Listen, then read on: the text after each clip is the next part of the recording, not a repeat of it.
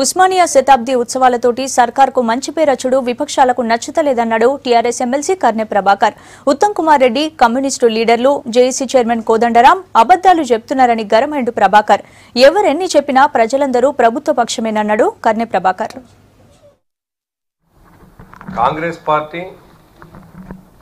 కాంగ్రెస్ పార్టీతో పాటు వామపక్షాలు, అదేవిధంగా జేఏసీ చైర్మన్ గా పిలువబడుతున్నటువంటి కోదండరాం గారు, ఈ ముగ్గురు కలిసి అబద్దాల పునాదుల పైన ఈ రాష్ట్రంలో ఉన్నటువంటి ప్రభుత్వాన్ని అస్థిరపరచాలని ప్రయత్నం చేస్తా ఉన్నారు.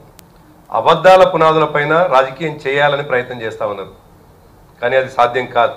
పాడిందే పాట అన్నట్టుగా అబద్దాలు పదే పదే చెప్పి ఇవాళ ప్రజలకు కంపరం పుట్టిస్తా ఉన్నారు.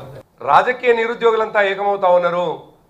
ఈ రాజకీయ నిరుద్యోగులు నిజంగానే నిరుద్యోగులుగా ఉన్నటువంటి యువకులకు అనవసరంగా రెచ్చగొట్టి వారిని ఒక విధమైనటువంటి మానసిక వేదనకు గురి చేసేటువంటి పని చేయటం చాలా దురదృష్టకరం. ఉస్మానియా యూనివర్సిటీలో శతాబ్ది ఉత్సవాలు జరుపుకుంటా ఉంటే దానికోసం విద్యార్థులు చాలా ఉత్సాహంతో, విద్యార్థి సంఘాలుగా ఉన్నటువంటి వాళ్ళు కూడా దాంట్లో భాగస్వామ్యమై ఆ గొప్ప యూనివర్సిటీకి దేశవ్యాప్త పేరు తేవాలనుకుంటుంటే, ఆ యూనివర్సిటీలో చదువుకుంటున్నటువంటి విద్యార్థులు ఇవాళ అనేక రకాలుగా అనేక రంగాల్లో గొప్పగా పేరు తెచ్చుకొని ప్రపంచవ్యాప్తంగా ఉండి మా శతాబ్ది ఉత్సవాల్లో మేము పాల్గొంటామని ఉత్సాహంగా ముందుకు వస్తున్నటువంటి తరుణంలో వాటిని ఆ ఉత్సవాలకు చెడు పేరు తెద్దామనేటువంటి ఒక కుట్రలో భాగంగానే ఇవాళ ఉత్తమ్ కుమార్ రెడ్డి గారు, వామపక్ష నాయకులు, కోదండరాం గారు అందరూ చేరి ఈ రాష్ట్ర ప్రభుత్వానికి మంచి పేరు వస్తుందని చెప్పేసి